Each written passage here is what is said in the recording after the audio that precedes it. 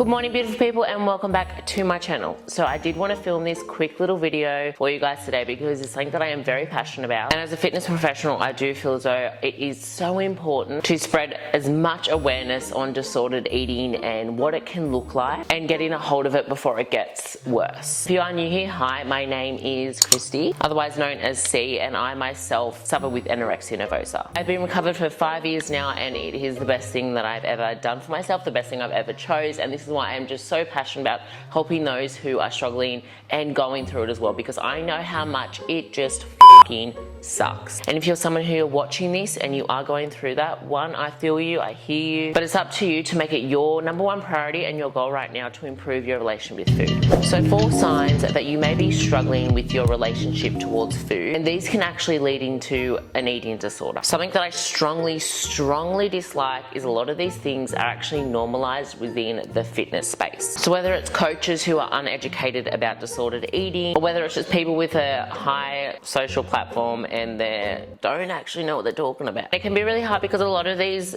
things are tools that you apply in order to achieve a certain goal, if it's a fat loss goal. And that is okay, but it's also understanding that that is for a short period of time and your goal. What's more important is making sure you get back on track with a more balanced and healthier approach to eating once you have finished your goal. Number 1, the stress you're experiencing around food. So this can look different for everyone. From my personal experience, I would experience a lot of stress in the past when my plans would change. Just say if I wanted to have my meal prep and then my friends, we wanted to go out for dinner.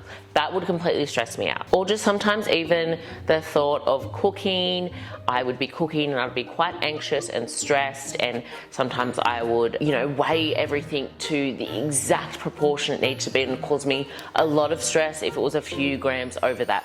Again, this isn't normal. Constantly dictating what you can and can't eat due to certain events that are happening later. So if you know that you're going out for dinner that night and you're constantly juggling and restricting your calories prior to going out, again, that's not normal. That's definitely a helpful tool if you're in a fat loss phase and you're banking your calories, that's fine, but not to apply in your everyday life. You should not be stressing about what you're going to eat that day just because you have plans later on. Again, banking your weekly calories for the weekend isn't healthy. It can definitely be achieved for a short period of time for a fat loss goal, but it isn't healthy to apply in your everyday life. What that is going to do is affect your relationship with food, and it can even push you further away from your goals, because if you're restricting your calories within your everyday life, that is where you need the most amount of energy. Energy for your training, energy for your work, your everyday life. So if you're restricting during the week just so you can have more calories for the weekend, it's going to deprive you from your life and your goals. Obsessing with time.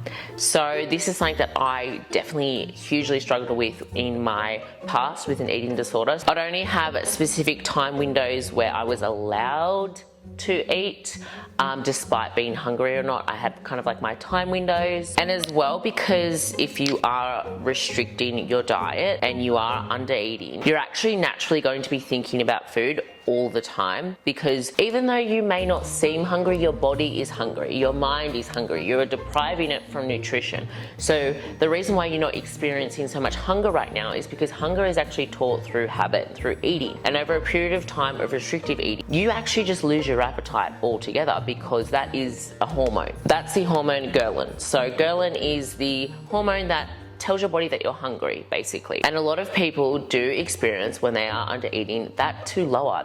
That's just purely because under eating just affects all your hormones altogether. So your body may not be telling you that you're hungry, but it is hungry. So you are going to be thinking about food all the time, and the thing that you're going to obsess with is time. So you could have just eaten, but you're already thinking about your next meal and the time, and you're literally counting down until you're allowed to eat. Not normal. Your eating patterns are irregular and you're struggling with binge eating. So again, this does come down to those who are under eating. Their body is starving. Their mind is starving. So it's kind of like if you get into a state where you relax a little bit and you're allowing your body food, because it's used to restriction, it's like, okay, cool, I'm actually allowed to eat now, so I'm gonna eat everything. This is because, one, your mind knows that it's usually in such a restrictive mindset, and it's happy. It's like, fuck yeah, I'm allowed to eat now, let's just quickly eat, because I can't have all these amazing foods that I could usually have. I want them now. And as well, your body's starving. It wants food, so as soon as your mind allows it, your body and your mind literally work together to eating everything inside. Binge eating is a form of disordered eating, and one of the main contributors to developing binge eating is literally from under eating and depriving your mind, your body from food. You see it quite a lot in comp prep world where they're dieting for such a period of time, and these diets are so extreme, and they look amazing, they look great on stage, and then you'll see that as soon as they jump off stage, because they may not be educated about disordered eating,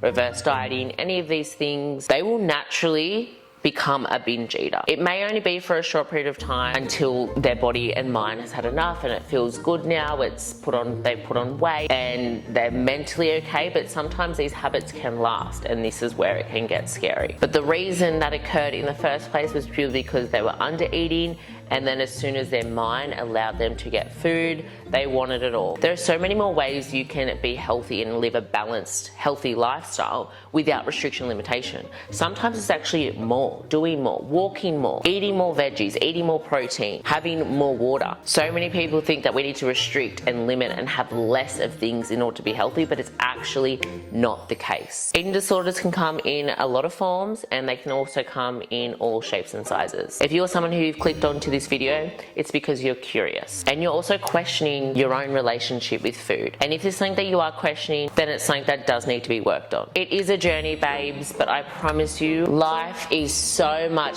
fucking better at the other end. I promise you, and it's all so worth it. Anyway guys, I hope this video did help anyone who is needing it. If you do have any questions, please make sure to leave them in the comments below. I do just want to give a quick shout out to the sponsors of today's video. So Squarespace is an all-in-one website builder. It literally has everything you need to build a successful website in this one platform. Gone are the days where you needed all these other attachments like emailing campaigns and paying another subscription and just forking out all this money to run a business online, where Squarespace does it all. I have personally designed all my websites on Squarespace because it is just so easy to do so user-friendly, and there are so many amazing admin tools where you can suss out things like analytics, the engagement, the gender of your audience, and time your website is most active. There are so many templates to choose from, and you can just pick and then customize to fit your brand, changing things like color, photos, font, especially if you're a small startup business and you're trying to do it in the most cost-effective way possible. Building a website on your own can be done so easy, and you don't need to be spending thousands on website designers.